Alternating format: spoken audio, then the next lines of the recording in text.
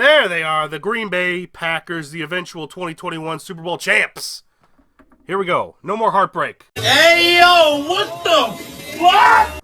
Hey, what up, everyone? It's Matt Mamba, and welcome back to another episode of Skip Bayless hating on Aaron Rodgers. But I know that's the title, but for this week, Skip Bayless is completely valid and fair in critiquing Aaron Rodgers this week. He put up a stinker of a performance along with all the other Packers, unless your name was Mason Crosby, and this game just gave me a freaking migraine, so let's just see what Skip has to say.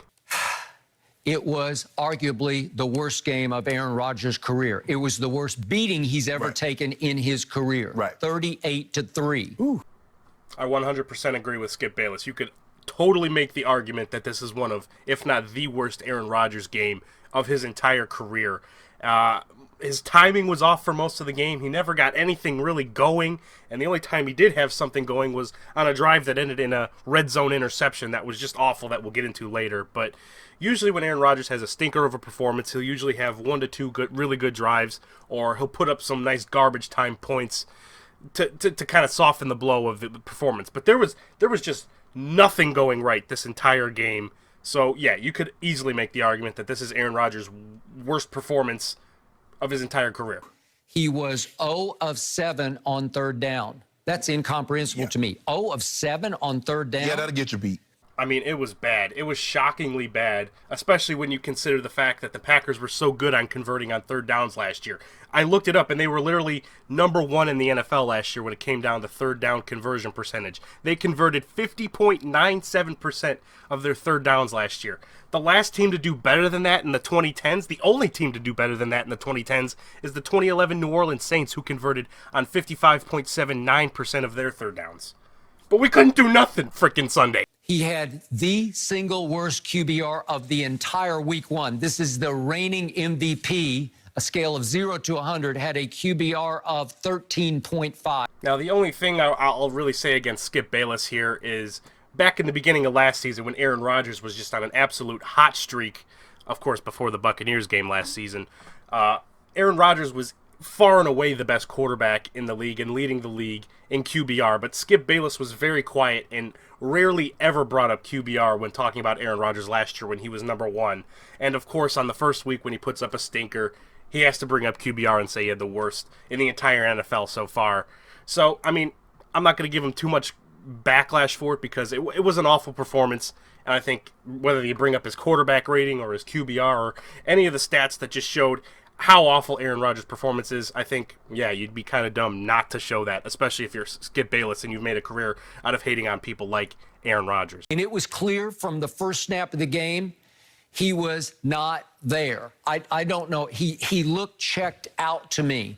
Yeah, I mean, it looked like the whole team, not just Aaron Rodgers, got full of themselves, thought they could just go into Jacksonville and get a cakewalk victory against the New Orleans Saints. Look, I get you're frustrated that you couldn't get over the NFC Championship game hump, and I understand you just want to get back there so you can reach that hump, but you got to take all these little steps by winning these regular season games before you can just jump right into the NFC Championship game again.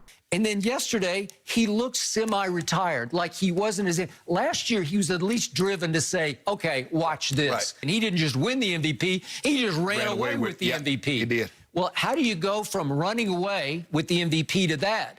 Aaron Rodgers played so bad that Skip Bayless is making legitimate and fair criticisms of Aaron Rodgers. And, I mean, I know that sounds weird, but Skip doesn't rub it in or make all this like, oh, who's better now, Tom Brady or Aaron Rodgers? He doesn't do any of that. He just sticks to the, like, let's look at the film, let's look at the numbers.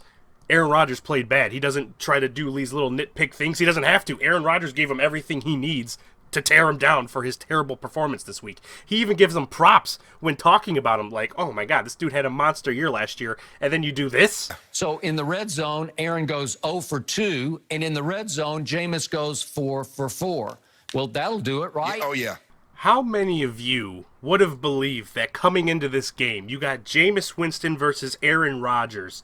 One of them's going to throw for 5 touchdowns and no interceptions in a blowout win, and one of them's going to throw for no touchdowns, 2 interceptions, and get completely blown out. Which one would you frickin' think was who?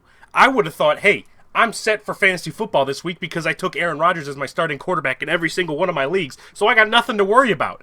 Oh, wait, it was Aaron freaking Rodgers who put up the stinker, and he only gave me 1.32 points in fantasy, and I lost in every single one of my leagues. And then if we could see Aaron's 2 interceptions, I don't see him do these things. If we could please see the first ones.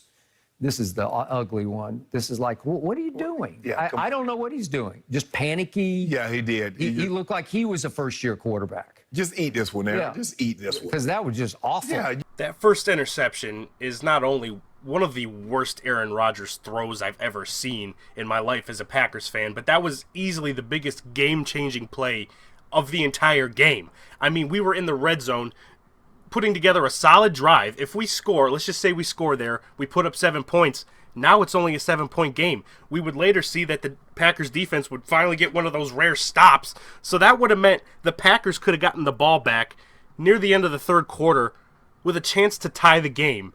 Instead of all that happening, with 10:46 left in the fourth quarter, we were down 38-3. Aaron Rodgers is sitting on the freaking bench, and I'm watching Jordan Love for some reason in 2021. Usually when he winds up in the end zone and lets it fly, I'm like, oh, he's got something here. Skip. And wait, the safety's got this. Just like the safety was his primary receiver. But even if the safety wasn't there, Yeah. Skip, the corner is on top of his receiver. He was not open. Yeah. It's just like a desperate, I hope he catches this kind of throw. That second pick was so uncharacteristically bad for Aaron Rodgers that when I watched it live, I just thought it was a simple arm punt so that we didn't risk getting a freaking blocked punt and we could just put him at midfield with Aaron Rodgers' arm strength. But no.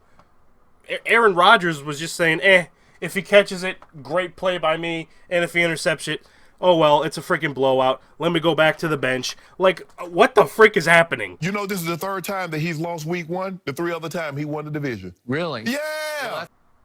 Shannon Sharp, that is all I needed to hear right there. All right? Throw everything else out of the window. The Green Bay Packers are winning the Super Bowl in 2021.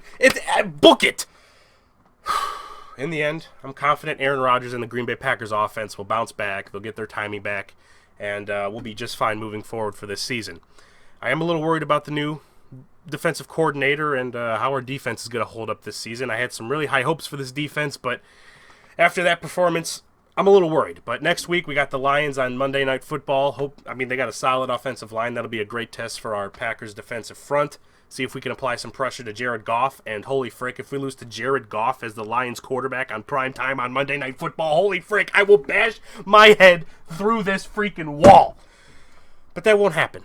We're going to be 1-1 by the end of week 2, and we're going to be on to whoever the frick we play the week after that. And I'll be here next week talking about whatever Skip says about Aaron Rodgers. Hopefully, it's a good performance from Aaron, and we'll be back to normal. So I'm at Mamba. I don't know how to close videos. How do I close it? Yo, hang on. It's like that Bill Belichick dog meme. Hey, what up, everyone? It's Cat Mamba. You just ruined it. You just freaking ruined. You just had to freaking leave. Like, what?